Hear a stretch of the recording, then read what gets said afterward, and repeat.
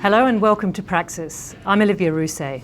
I'd like to welcome our audience here in Sydney, as well as those joining us on video link from Honiara, Dili and Port Moresby, and those listening to us on radio, online or watching us on APAC. Today we're discussing climate change and its impact on the world's poor. A new World Bank report warns that the planet is on track to heat up by 4 degrees at the end of this century. A 4-degree warmer world would trigger violent changes, including extreme heat waves, declining global food stocks, increased intensity of natural disasters, and a sea level rise affecting hundreds of millions of people. For low-lying Pacific Island countries, climate change already poses an existential threat. They are some of the countries most vulnerable to natural disasters, and rising sea levels are threatening precious freshwater supplies. 4 degrees is not inevitable, but how do we achieve the change we need to avoid a drastically warming world? How might small island states like those in the Pacific adapt to the challenges of climate change and address risks from natural disasters? Joining us to discuss these issues and more, we have Tessie Eria Lambourne, the Secretary of Foreign Affairs and Immigration for the Government of Kiribati, Kevin Hennessy, the Principal Research Scientist at CSIRO Marine and Atmospheric Research, and Rachel Kyte, World Bank Vice President for Sustainable Development. Kevin, while it's accepted among climate scientists that climate change is a reality, can you paint a picture of the predicted effects of climate change globally? What will a 4-degree warmer world be like? Well, we certainly expect warming, but that will mean more heat waves. It'll also have effects on crop productivity, on heat-related stress, and a number of other factors. We expect changes in regional rainfall, and in the Pacific, it looks like it might get a bit wetter. We, of course, expect more sea level rise. And this has implications not only for coastal inundation, but also for the saltwater intrusion into the freshwater lens of many of the Pacific Island nations. We expect further ocean acidification, which has implications for marine biodiversity, particularly coral reefs. And we also expect changes in extreme weather events such as tropical cyclones. And interestingly, cyclones may become less frequent in future, but more intense. We also expect in the Pacific an increase in the risk of flooding and of storm surges. Rachel, you've said earlier that impacts of climate change threaten the advances made in poverty alleviation over the past few decades. Why is that? And why will the poor be more affected than other people? Well, I mean, first of all, in the last 20 years, the world has seen 660 million people lifted out of poverty, so that's quite a sizable percentage. A lot of that has been because of growth in India and China. But now what we're seeing is that the patterns of urbanisation and the number of poor that are going to be living in informal parts of the existing cities today and the big cities of the future, the poor that are dependent upon subsistence agriculture are going to be particularly affected by a warmer world. So the intense weather events that Kevin just referred to are going to slam against coastal cities where a lot of these people live, and it will be the poor that are affected by the mudslides and the destruction from those events. Sea level rise will inundate those parts of cities which are not very well planned, and that will be where the poor live, and we already see that in Jakarta and places like that. And then of course the taking out of production cropland as a result of higher temperatures will affect the rural poor. And what the science shows, when you lay the science over some of the sort of social data of where the poor are living, will show that it will be the poor and the vulnerable that will be affected. So in the last year we know that if you're poor and vulnerable living in Staten Island in New York, you're going to be impacted by an extreme weather event. And so it will be the poor and vulnerable everywhere in the world. If you're rich, you're going to be able to withstand that wherever you live in the world, but it will be the poor wherever they are in the world that will suffer the most.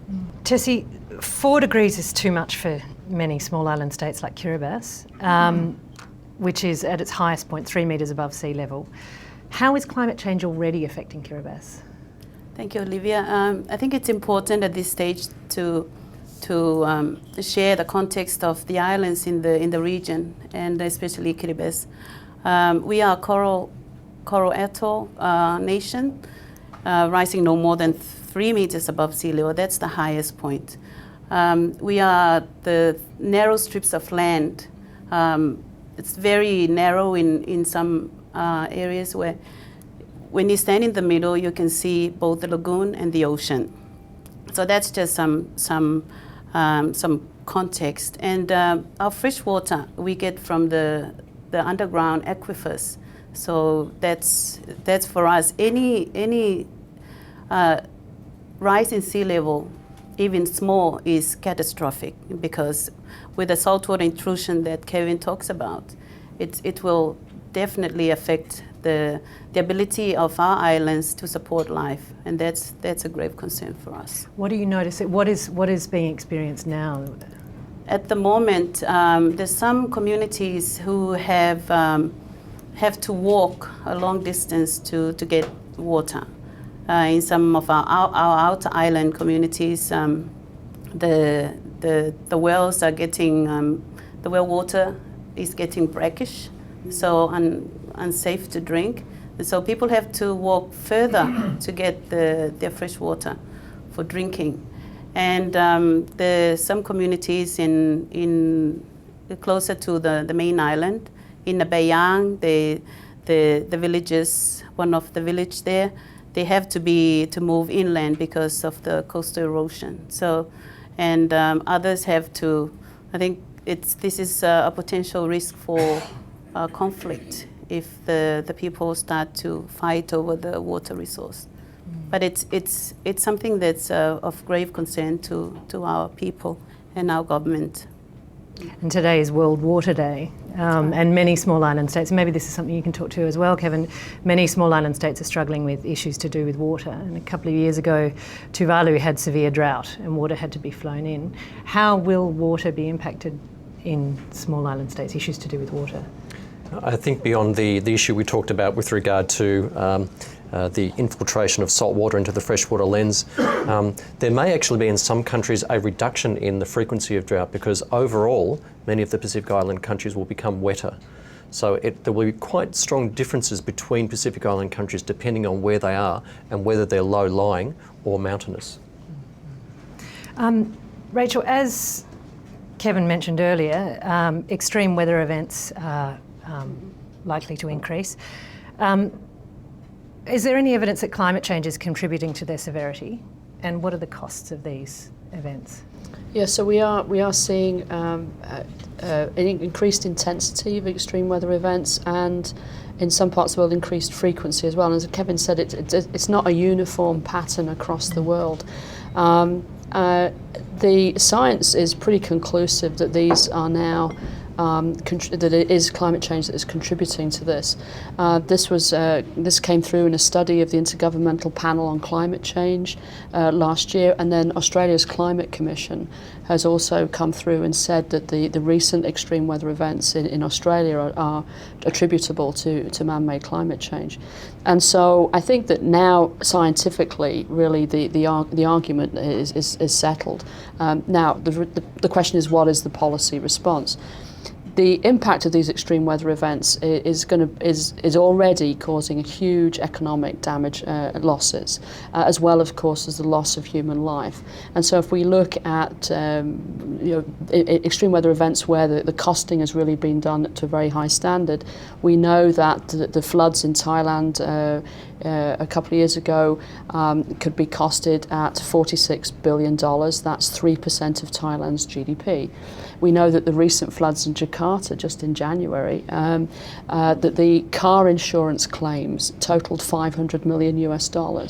And so we also know over the past 30 years that humanitarian relief and assistance as a result of natural disasters has been about $30 trillion. That's a third of all overseas development assistance.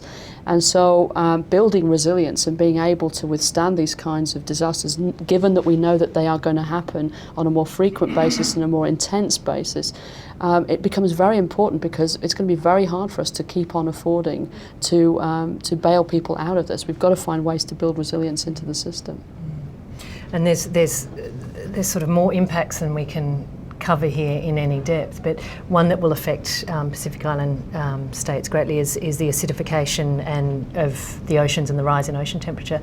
Kevin, can you talk about how that will affect countries in the Pacific? Well, the combination of acidification and rising sea temperatures means that there will be significant impacts on coral reefs. So coral reefs will bleach more frequently. and over time that means that they may not recover as quickly. Acidification also makes them more susceptible to bleaching and less likely to recover. And of course, coral reefs provide a number of ecosystem services for these countries. They also provide protection from some of the damaging storms that occur. So without those coral reefs, which are sensitive to, say, a 1 degree warming, those island countries are going to be very susceptible to storms, as well as a reduction in perhaps their marine food security. When you say they're sensitive to a 1 degree warming, what would a 1 degree warming do to the coral reefs? Well, 1 degree warming would significantly increase the frequency of bleaching and significantly affect the ability for those reefs to recover. And a 2 degree warming, I think, would be catastrophic. We've talked about 4 degrees by the end of the century atmospherically. What about the oceans? Like, is there tracking for 1 degree further warming? So we're currently tracking for about a 4 degree warming, as you mentioned in your introduction. And I guess the issue there is internationally we're talking about trying to stabilise the warming at about 2 degrees. That would require significant reductions in greenhouse gas emissions globally within the next 1 to 2 decades. So the window of opportunity is closing. Tessie, there's been talk of 200 million climate change refugees by 2050. Do you think this is a realistic picture of things to come for small island states like Kiribati? I think this is what the science is telling us, that within this century, with the projected sea level rise, we will find ourselves on our islands which may not be able to support life anymore. If that was to happen, then of course you will find people trying to look for places to live. Now for Kiribati, this is something that's very, very painful and very emotional, because we have this spiritual link to our land, and we are proud people. We don't want to leave our islands and become refugees. I just want to make it clear that our government rejects the use of the label refugees in regard to people of Kiribati migrating as a result of climate change and sea level rise. Now, this is something that we are trying to avoid at any cost. But of course, we are realistic enough to know that it will be up to the international community to be able to help countries like mine to deal with these and to prevent such catastrophic situations from happening. Now, there is science, it's very clear, very conclusive, and our government, what it has put in place is a policy that will allow people from Kiribati to migrate with dignity, because we are proud. We don't want to be a burden to any community that may be able to take on our people. So we want to migrate as contributing members of those communities. So this involves the training of our people to international standards, so they can compete for jobs at international labor markets. So we look at the labor gaps in countries around the world, like Australia and New Zealand, and then we get the training programs tailored to enable our people to achieve that qualification, so they can help meet the labor needs of those countries. Yeah, please. So I had the honour to be at a United Nations Security Council debate on climate change in January, and President Tong from Kiribati appeared on a big video screen together with Bob Carr, the Foreign Minister of Australia. But the representatives from the Marshall Islands were in the room, and they spoke in an incredibly compelling way to the Security Council about the fact that 35 years ago, Marshall Islands sent a delegation to the United Nations in New York to petition the Security Council to have the Trusteeship Council hear their appeal for independence. And in order to go to the Trusteeship Council, they had to get Security Council permission. 35 years later, none of them would have predicted that they would be back at the Security Council now talking about climate change, but to learn that climate change is not considered the central business of the Security Council. So here's the Marshall Islands not asking for independence now, asking for help to survive. And the Security Council not really understanding that that's an integral part of how we think about security going forward. And it was the most moving part of obviously of the testimony. And I have to hope that we penetrated through a few more of the diplomatic brains that were in the room. But this is no longer something that's happening to somebody else over there in the future. This is happening now to people in the Pacific Islands, but now to people in coastal cities and in other parts of the world. And I think that for very long in the sustainable development community, climate change has been sort of over there, somebody else's problem. It's now our problem. It's happening to us, and it's happening now. Tessie, on the back of that experience or that story, how effective do you think small island states advocacy has been, and what more do you think could be done? I believe the small island developing states of the world, through the Alliance of the Small Island States, have done a great job in getting that issue on the agenda of the international community. I guess the debate is still ongoing about the mitigation, the emissions reduction targets at the international level. But it is the constant advocacy and hard work of the small island states delegations who have ensured that remains on the agenda, and also through the Security Council. And we were able to push and got a resolution in the General Assembly a few years ago that acknowledges the possible security implications of climate change. And now the next step is to make sure that the Security Council also recognizes this link. But I think the issue with us is we believe that because of our size, we're not getting that much attention, especially at the Security Council. And because there is still some who believe that it is a distant threat. But for us, it is a present threat. It's happening now, and our people are being affected now, and it's not something that will have to wait to happen. And this is something that the small island developing states in the world have tried and are continuously trying to get the world to understand and to get the world to do something about it. And I think we need the support of the international community to save the lives and the future of the people on these islands, in Kiribati and in other small island developing states in the Pacific and around the world. And what can be done as far as adaptation goes on the ground now? I think there is, for countries like Kiribati, there is a limited option for us in terms of adaptation. I mean, the adaptation options that we have been told to adopt move away from the coastline, but that's not realistic for us. Or go to higher grounds. Now that's also not an option for us. Build higher, we can build higher, but as long as we have land to build on, I think that is still something that's very difficult. So what we're doing at the moment is we're trying to protect the critical public infrastructure that we have. And because government doesn't have the resources to help every individual or every home to protect those homes, we are focusing now on the public infrastructure, because without that we won't be able to deliver the service to the people.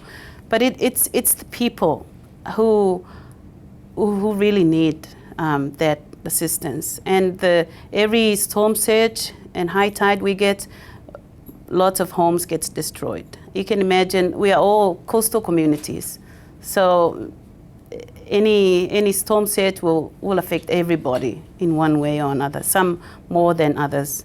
And I just want to ask Kevin, should we admit defeat with low-lying Pacific Island states? Is it how long until these states are uninhabitable? It's difficult to say because there's a lot of uncertainty about the rate of sea level rise. We know that it has in the past 20 years been rising at about 3 millimetres per year, but we don't expect that linear change to continue over the next 100 years. The estimates are of around about a 20 centimetre to 100 centimetre rise by the end of this century. That's a large range of uncertainty, and it's partly because we have incomplete information about the rate of sea level rise due to the melting of the big ice sheets in Greenland and Antarctica. But I think we need to think in terms of risk management about the worst case scenario. So let's think about what a 1 metre sea level rise means for different island nations. And in some islands it's going to be really, really difficult. But for others, I think there are things that can be done. It's clear from what Tessie's been saying that it's pretty high on the Kiribati government's agenda.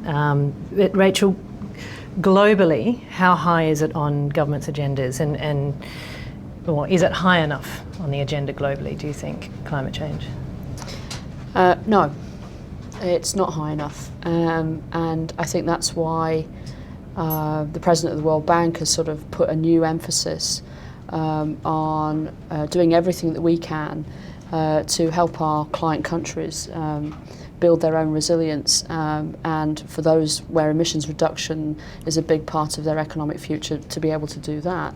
But he wants to go further and wants to use the data and the evidence that the bank has combined with the science to explain to the world, not just our client countries, but to our shareholders as well, for whom there is much to be done, because most of the emissions are coming from just sort of 20 countries in the world, that this is one of the greatest threats to long-term economic growth globally. If we don't get a handle on carbon emissions soon, in the 10 to 20 years that Kevin was talking about, then the growth options and the opportunities for future generations are going to be severely curtailed. And so, you know, we're an economic-based organisation focused on ending poverty and building prosperity, but climate change is the rug that's going to be pulled out from underneath all of us. And we have to make that argument in economic terms as well as in scientific terms. But we have to start talking about the opportunities and the things that can be done. And for those who have to make changes because of the need to reduce emissions, you know, not just talk about what people are being asked to give up, but talk about how life could be different and better when different policy choices are taken. So, you know, I think carbon is sometimes, you know, a gas that nobody can see and people really don't understand what we're asking them to do. But, you know, there are points of agreement. We all agree that we want clean air because we want our children to be able to breathe. We all want our children to have a healthy future, wherever, if they're living in the slum of Jakarta, or if they're living in Kiribati, or if they're living in New York City.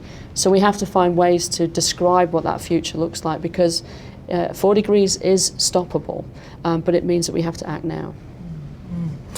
Kevin, you just got back from Solomon Islands. Can you talk a little bit about what you were doing there and how science can underpin policy changes? So in the Solomon Islands, we were talking to a group of about 50 Pacific Islanders who had come to hear about what an Australian program on Pacific climate change had found in the last 18 months.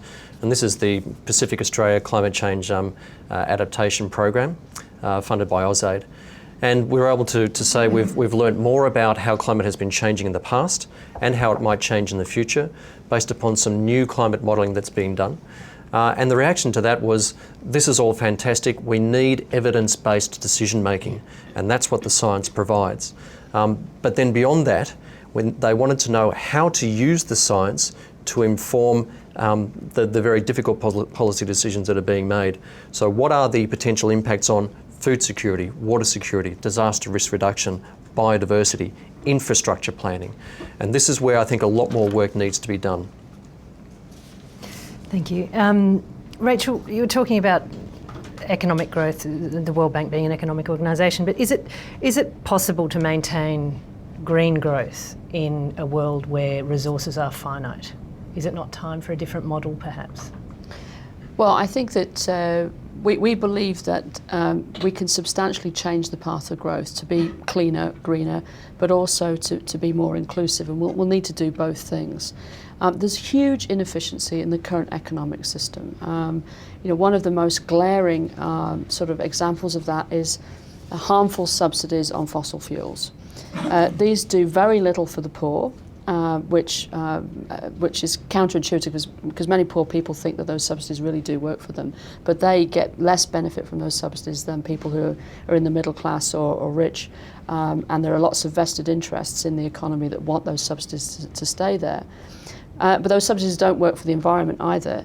And we're seeing more and more countries now, because of fiscal pressure, wanting to be able to remove those subsidies. And then what you can do with the money that comes into the Treasury or the Exchequer in terms of redistributing that money, or then investing in the parts of the economy that you want to grow, which can be cleaner and greener, I think is possible to do. The infrastructure spend becomes very important. There's a huge infrastructure gap in many developing countries, including Pacific Islands, but we now have to be able to raise additional funds in order to be able to make that infrastructure resilient. I mean, we're working in Samoa to build the road from the airport into the city through the main economic zone, but building that to a standard which will make it resilient for the kinds of climate change we expect to see. But you can't. There is an upfront capital cost to making infrastructure more climate resilient, and so we do have to find the additional resources for that. But if we take the inefficiencies out of the global economic system, then we will actually have, more than $1 trillion, which we can redistribute and spend on different things. So if we attack inefficiency, that gets you a long way, and then we can start talking about what the next investment sort of cycles need to look like. Tessie, before we move to questions, something I wanted to ask you is the experience of climate change, or the discussions around impacts, are very different for people from Kiribati than they are from, say, people from Australia. How do people in Kiribati feel or talk about or react to climate change and the future and the impacts? I think at this time, everybody is aware of what it means for us in Kiribati, of the what science has projected, especially in terms of sea level rise. Well, in the beginning, when government started developing its Migration with Dignity program, there was quite resistance from our people, because of their understanding that they're being forced to leave their homeland. And I mentioned earlier that we are so connected to the land that our people, even when they travel, they want to come back and die there, because that's how close we are to our land. And so the people at that time, we're also a Christian nation, and so the fact that we believe that our lands will be disappearing is against our beliefs as well. But I think at the moment, since 2003, when the President Tong came into office, he's been able to get the communities on board. Even church leaders are helping the government in getting the word across to the people, and helping with the awareness raising programs. Not just in Kiribati, but in the region as well. There's been a lot of support. We have, Parliament has established a select committee on climate change. So there is a wide acknowledgement within the community that it's something that we need to focus on. Thank you. I will open up to questions, and I've got some questions here from the first one from Solomon Islands, from Suzanne Paisley. Rachel, I'll put this to you. What practical advice can you give on integrating climate and disaster risk in development planning? So it's a really good question. I think that so there's sort of global responses necessary, or sort of national planning responses, which is to find ways in the way that AusAid has been doing, to find ways to bring all of the intelligence we have about what climate change is going to bring into mainstream development, so that we mainstream disaster risk management into development planning. And you're starting to see that happen in a number of countries, and there is a lot of expertise on how to do this in countries that have been buffeted by disasters on a continual basis, or Japan, for example, and other places. But then at sort of down at the micro level, we have learnt a lot in how to work with communities who have experienced disaster, on how to recover from that, and how to make their communities more resilient in the face of future disasters. And that's involved quite different ways of building community consultation about, what a new village would look like after one has disappeared, and then how to design that and how to build that to be more resilient, and how to get ownership of that new village site and to really build the community's ability to be resilient going forward. So I think that both from the bottom up and the top down, the mainstreaming of resilience and disaster risk management in development is happening. And I'd be happy, offline to sort of give you access to some of those resources and some of the new thinking. But this is starting, but it needs to happen much more quickly. Kevin, would you like to add to that? Well, one really nice example of that, which is funded by the World Bank, is a project on incorporating the projections of tropical cyclones into an infrastructure risk model, which takes into account knowledge of the different structures that are located across the Pacific, so you can then estimate the economic costs of climate change due to tropical cyclones. Kevin, another one for you here from Dr. Goway at the University of Papua New Guinea. What's the current temperature and what are the trends pointing towards 4 degrees by the end of the 21st century? Well, we've seen a warming globally of about 0.8 of degrees Celsius over the last 100 years. And over the next 100 years, we're looking at a warming of between 2 and 4 degrees, in some cases up to 5 degrees.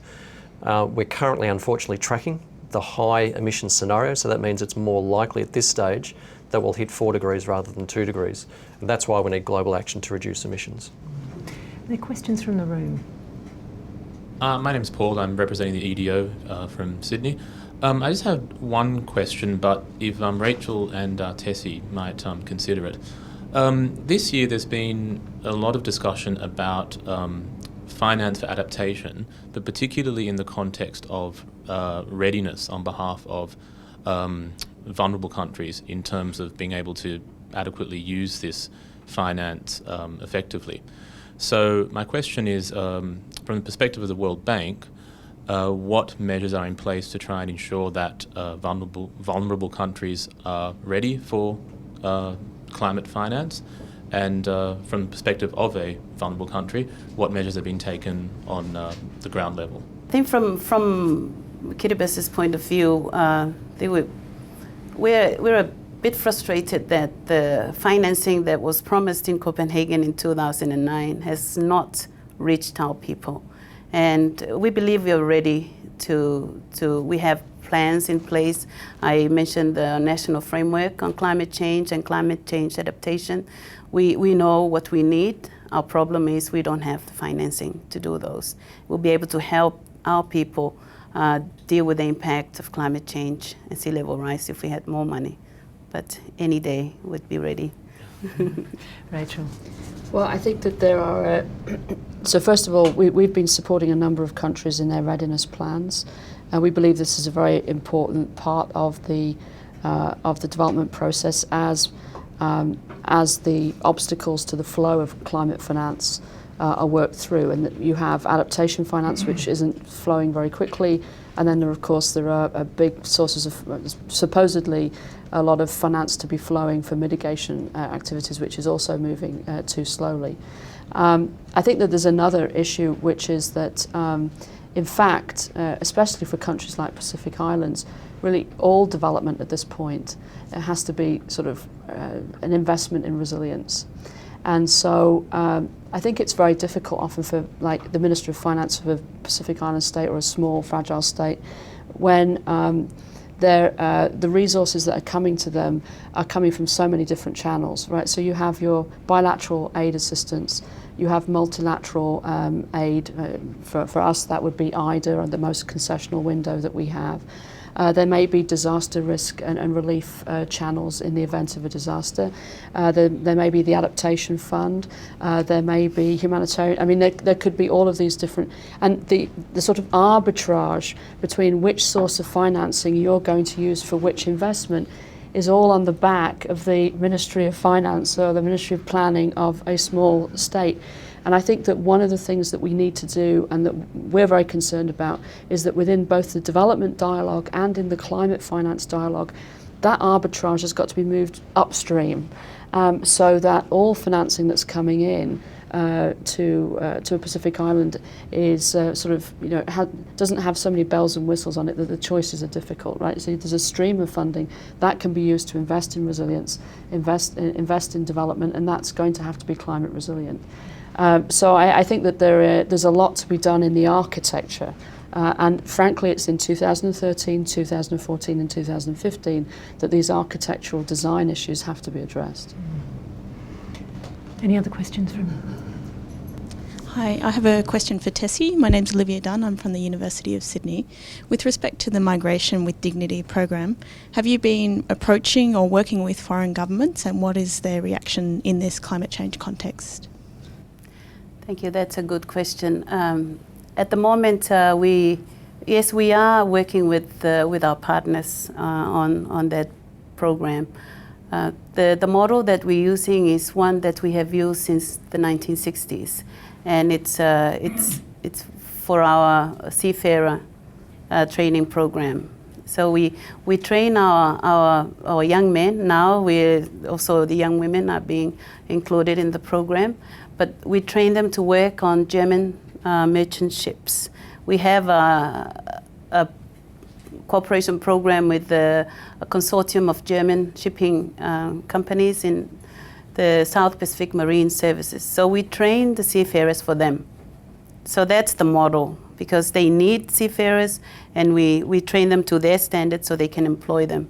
We have a program with Australia. It's in the nursing sector. It's called the Cubist Australia Nursing Initiative, and it's also applies the same model, where we identify the nursing needs in Australia, and then we, together with the support of Australia, we train our people here in Australia to the degree. Bachelor of Nursing level. And once our young people, some of them have already achieved that, once they are qualified, they have an option, a choice to either stay in Australia if there is a need for their service, or go back home.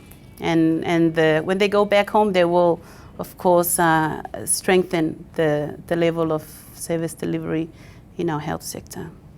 Yes. Rachel, I'd like to put that to you as well. There's a question here that relates to the same issue, but globally speaking. Mark Aiello, a citizen from Port Moresby, has asked, if and when the sea rises, what can be put in place to take care of these displaced people from small Pacific Island countries, for example, relocating them to other countries? What policies are in place?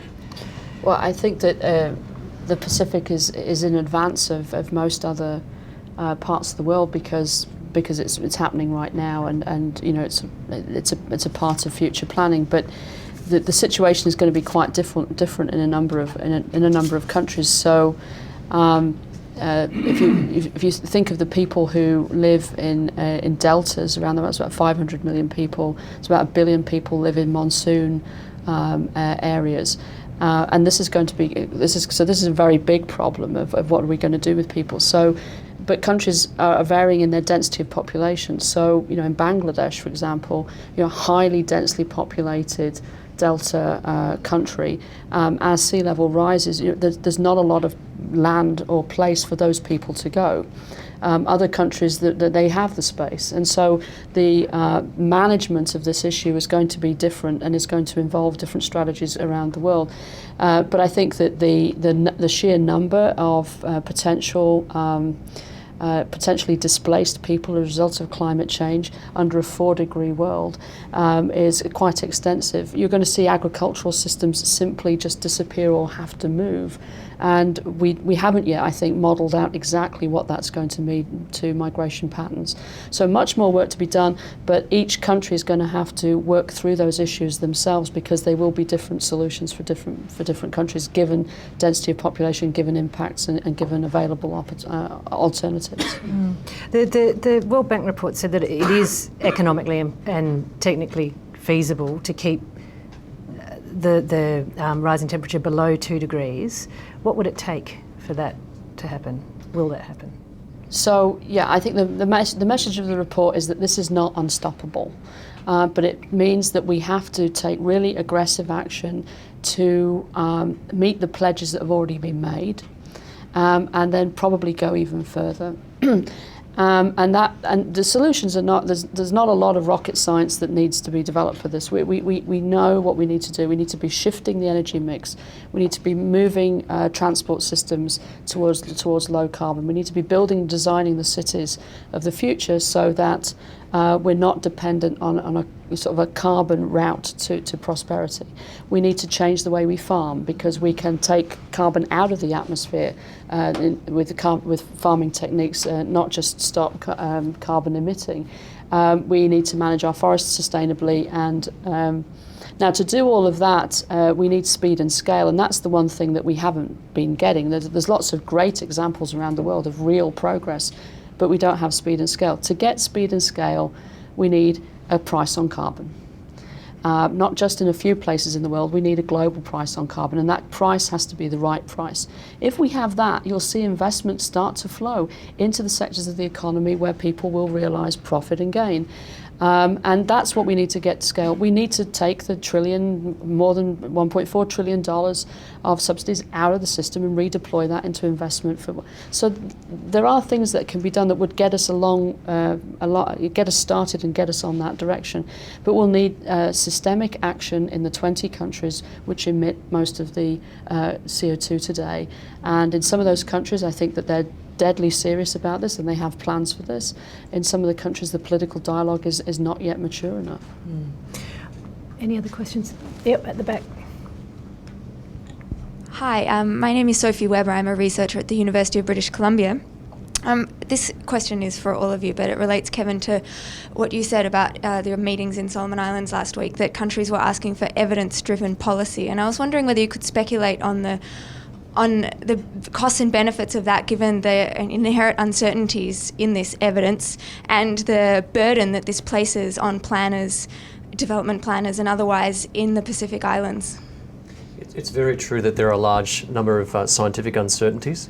I prefer to frame that as possibilities, turning it into a more positive frame. And I think we need to distinguish scientifically between what we know well and what we know not so well. We're very, very certain about the fact that there will be warming. We're also certain that there will be sea level rise and ocean acidification. When it comes down to the regional scale, there are some uncertainties about the direction of rainfall change. However, in the Pacific, it's pretty clear that there will be an increase for very good scientific and physical reasons. In terms of changes in extreme weather events, there is some uncertainty about tropical cyclones. The models tend to say that there is a decrease in number, but an increase in the intensity, but quantifying that is very difficult at this stage. So I think in terms of a risk management framework, we do need to consider all possibilities, and in a lot of the training that we do and a lot of these software tools that we've developed, we try to very explicitly quantify those uncertainties and guide people as to how they might use that information. You can look at, for example, a most likely scenario, you can look at a best case scenario, and you can look at a worst case scenario. And we try to give probabilities for each of those possibilities and guide people into how you might use that in risk assessment and in decision making. Did you want to add something to that, Rachel? Well, just that we're doing a lot of work now on decision making under uncertainty, in addition to what the risk frameworks need to be, because that's, from an economic policy perspective, that's going to be, it's already a hallmark now of the struggle that many of our clients face. And in that work, I think, one of the things that we're trying to do is show the cost of locking yourself into a future scenario which is going to be extremely burdensome from an economic point of view.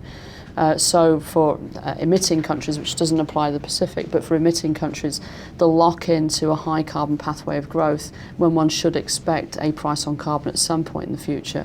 And how do you offset the upfront capital cost perhaps of doing something that is more expensive now, but is going to reap you real rewards in a different scenario down the future. But that work, I think, is a growing piece of work for us, because now most economic decision making, especially in infrastructure investment, where you're looking at 10 to 50 years of the use of that infrastructure, the uncertainty may be on a bandwidth like this now, but it's just going to get more uncertain as we go forward. Can I just add to that? I think we have used what science has given us, the range. I won't call it uncertainty, but I'll call it the possibilities of the scenarios.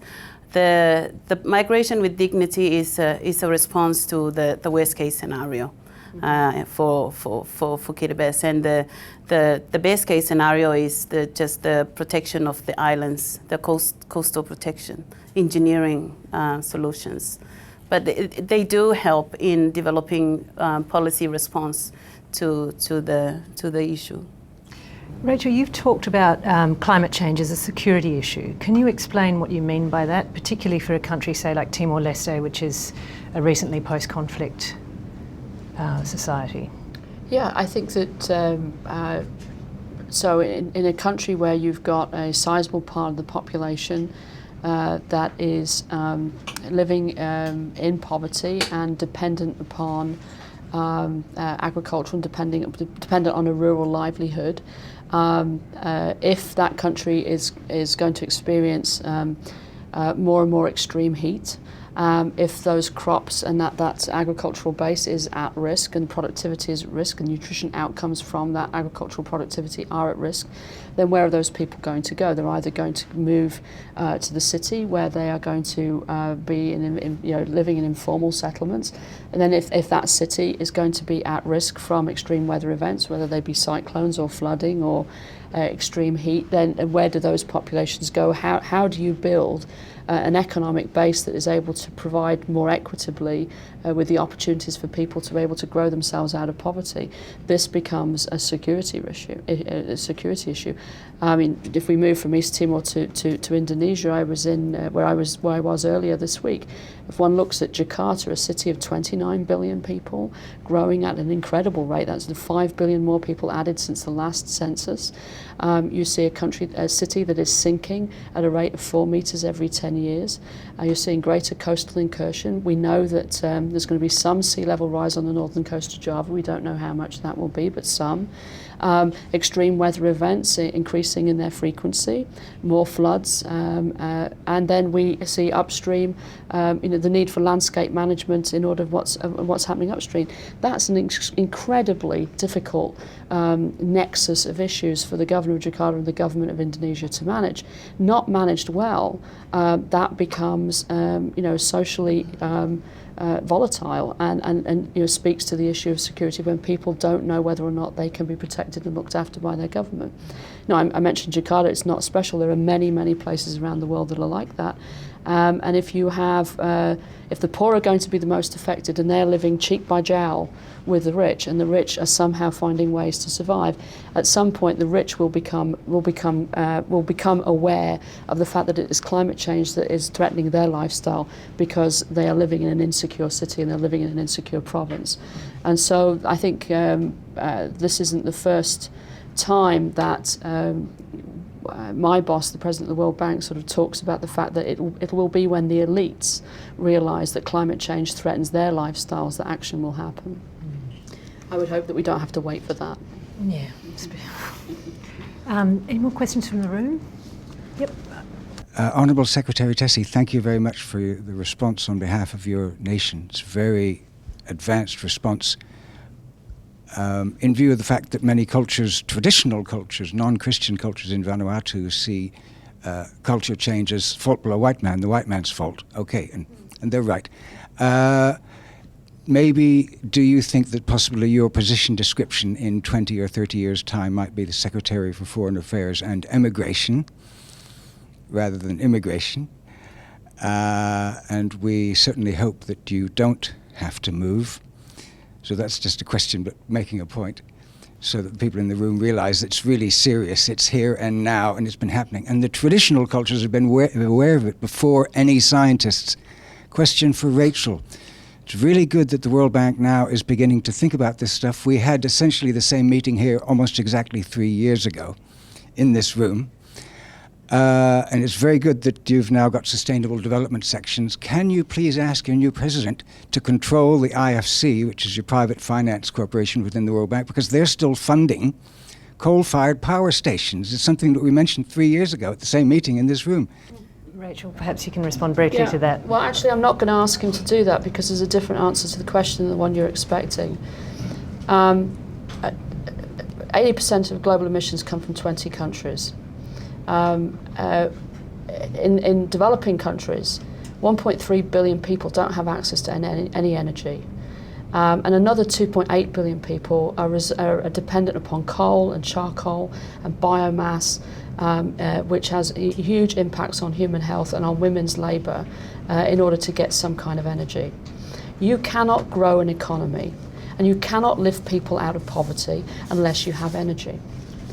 And so occasionally we will finance coal for power generation in certain circumstances, only in very poor countries and only where there is no other alternative within an energy transition.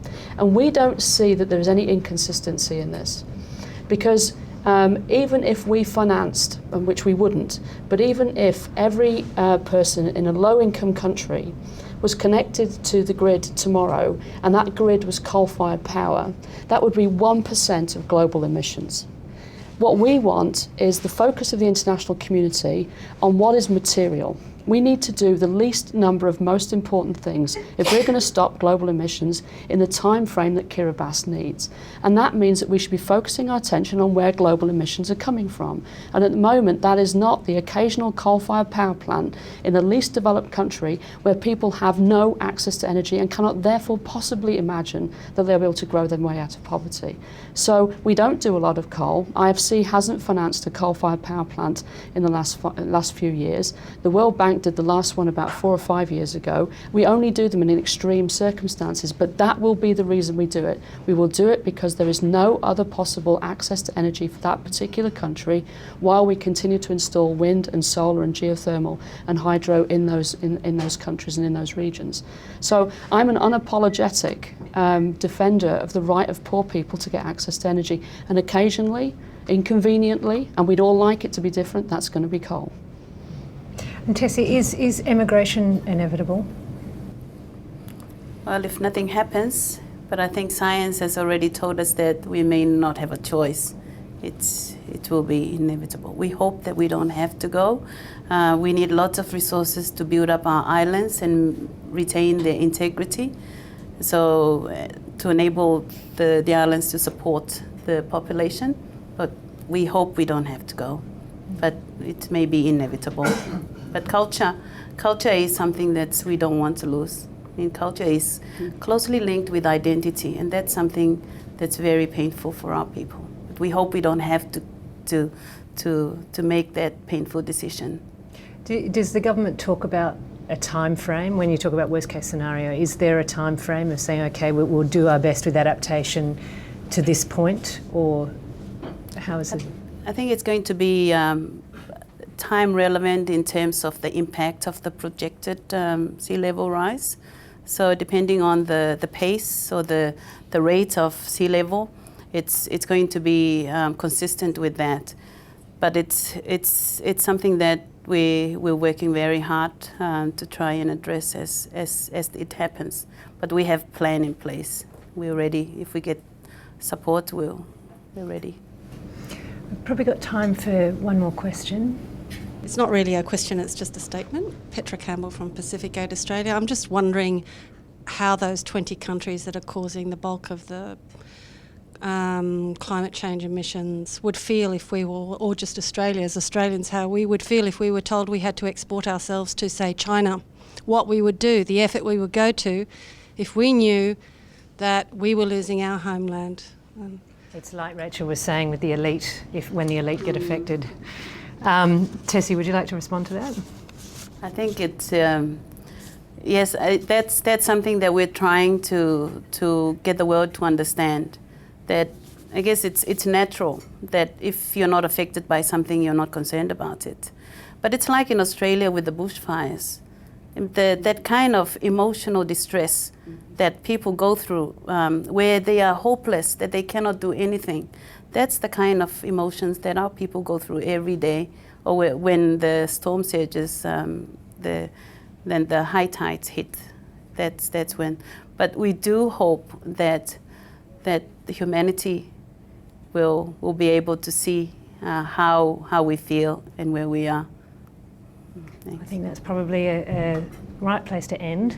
Thank you all for joining us, and I'd like you to join me in thanking our panellists, Tessie Eria Lambourne, Kevin Hennessy and Rachel Kyte.